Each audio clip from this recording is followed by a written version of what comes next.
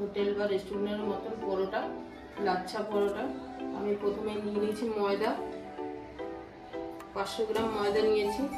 এখন আমি দিয়ে দিচ্ছি লবণ, চিনি দিয়ে দিচ্ছি 2 চামচ, সাদা তেল।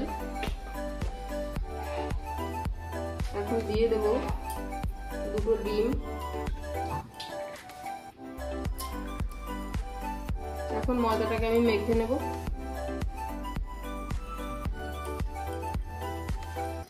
এখন আমি দিয়ে দিচ্ছি গরম জল। এই গরম জল দিয়ে আমি এই ময়দাটাকে মেখে নেব।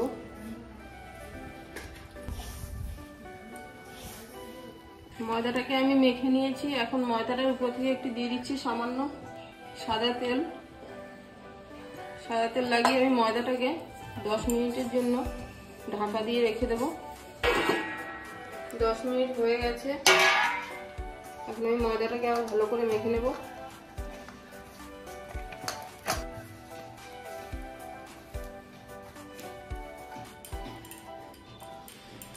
এখন আমি লেচিগুলোকে বানিয়ে নিচ্ছি।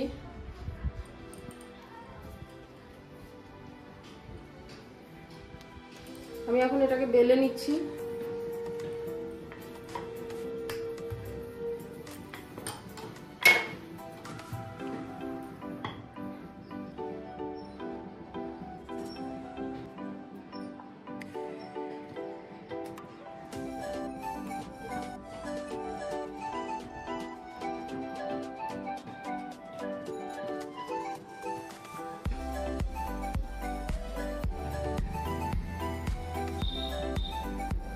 আমি এইভাবে করে সবগুলোকে বানিয়ে নিচ্ছি, পরে আমি বেলবো একসঙ্গে।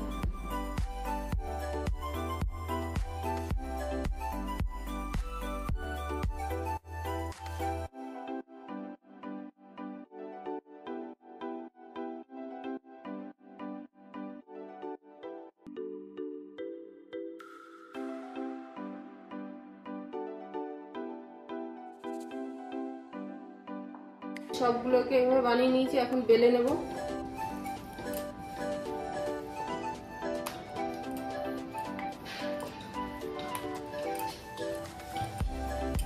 আমি একটা ননস্টিক বসিয়ে দিয়েছি। এখন পরোটাটাকে দিয়ে দিলাম।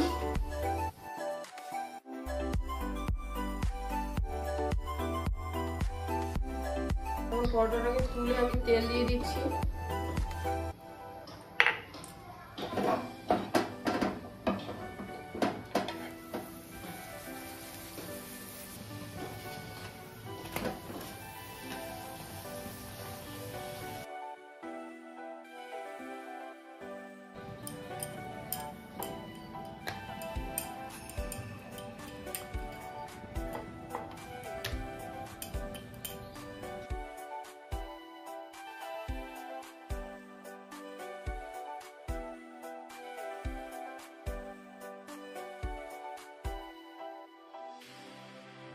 পরোটাগুলো সব ভাজা হয়ে গেছে। আমি এখন খুব কম সময়ের মধ্যে একটা আলু কষা বানিয়ে দেখাচ্ছি।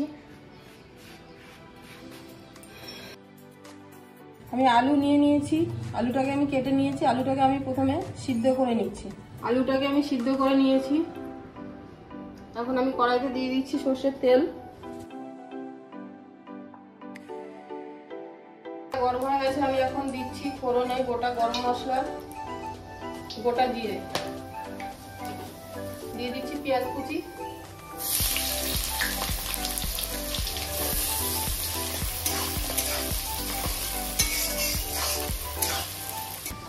আমি এখন একটা মশলা পেস্ট করে নেব। তাতে দিয়ে দিচ্ছি শুকনো লঙ্কা, আদা, রসুন, গোটা ধনে, গোটা জিরে। এখন আমি এটাকে পেস্ট করে নেব। পেঁয়াজটাকে আমি ভেজে নিয়েছি। এখন দিয়ে দিচ্ছি টমেটো কুচি, দিয়ে দিচ্ছি লবণ, হলুদ,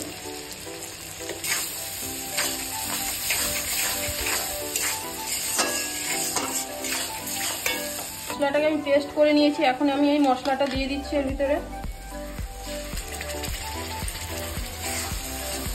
আমি ভালো করে কষিয়ে নেব। ভালোভাবে কষিয়ে নিয়েছি। দেখো তেল ছেড়েছে মশলা থেকে। এখন আমি দিয়ে দিচ্ছি সিদ্ধ করে রাখা আলু। আলুটাকে দিয়ে আবার কিছুক্ষণ কষিয়ে নেব।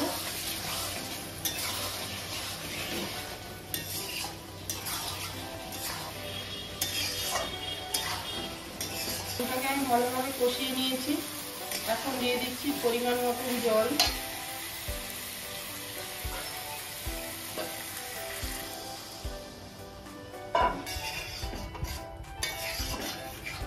এখন আমি এটাকে ভালো করে ফুটিয়ে নেব। আলুটাকে আমি ভালো করে ফুটিয়ে নিলাম। এখন আমি দিয়ে দিচ্ছি স্বাদ মতন চিনি। যে যেরকম স্বাদের খাচ্ছে সেরকমই দেবে। রান্নাটা হয়ে গেছে আমার, আমি এখন এটাকে নামিয়ে নিচ্ছি।